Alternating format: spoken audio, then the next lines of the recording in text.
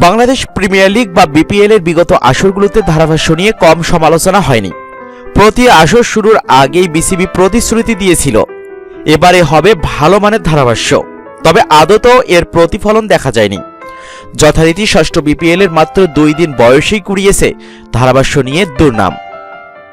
দেশি দুই ধারাভাষ্যকার আতাহার আলী খান এবং শামীম চৌধুরীর সাথে এবার ধারাভাষ্য কক্ষে বেশি দেখা যাচ্ছে টিনো বেস্ট কিংবা ভুসি সিবান্দার মতো সাবেক ক্রিকেটারদের। আছেন সিকান্দার বখত, ইশতিয়াক আহমেদ। এদের বেশিরভাগই এই পর্যায়ের কিংবা মানের টুর্নামেন্টে ধারাভাষ্য দেওয়ার ক্ষেত্রে অপটু। বিশেষ করে ভিনদেশি ধারাভাষ্যকারেরা এত দৃষ্টিকটু ভুল করছেন যে তা কুড়াচ্ছে সমালোচনা।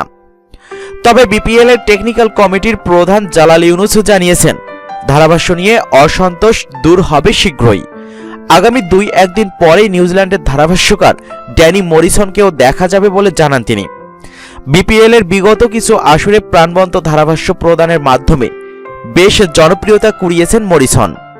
একই সাথে দায়িত্বপ্রাপ্ত প্রোডাকশনকে বিসিবি জানিয়েছেন আরও ভালো মানের ধারাভাষ্য প্রয়োজন। জালাল ইউনুস বলেন, ড্যানি মরিসন 2-1 দিন পরে আসবে, তবে আমরা বলেছি ভালো ধারাভাষ্যকার যারা আছেন আন্তর্জাতিক আরও ভালো ধারাভাষ্যকার আমরা চেয়েছি। শুধু ড্যানি মরিসনই নন, বিপিএল এর শেষের দিকে নাকি ভারতের এবং বিশ্বের বর্তমান সময়ের প্রখ্যাত 2 ধারাভাষ্যকার সঞ্জয় মাঞ্জেকার এবং সুনীল গাভাস্কারকে আনার কথাও ভাবছে বিপিএল কর্তারা। যদিও তাদের আনার সহজ কাজ নয়, জালাল ইউনুস জানিয়েছেন সেটিও। শেষ দিকে সঞ্জয় মাঞ্জেকার বা সুনীল গাভাস্কারকে নিয়ে আসার পরিকল্পনা আছে। হয়েছে কি, ভালো ধারাভাষ্যকারদের অনেকে আসতে চায় না, আবার কখনো কখনো নানা সমস্যার কারণে আনা যায় না।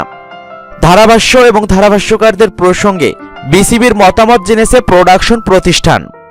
সময় গড়ালে ধারাভাষ্যের মান বাড়ার প্রত্যাশা জানিয়ে বিসিবির টেকনিক্যাল কমিটির এই প্রধান কর্মকর্তা বলেন, ওরা আমাদের মতামত জানতে চেয়েছে, আমরা জানাবো। মাত্র শুরু হয়েছে, কদিন যাক, আমরা চেষ্টা করছি।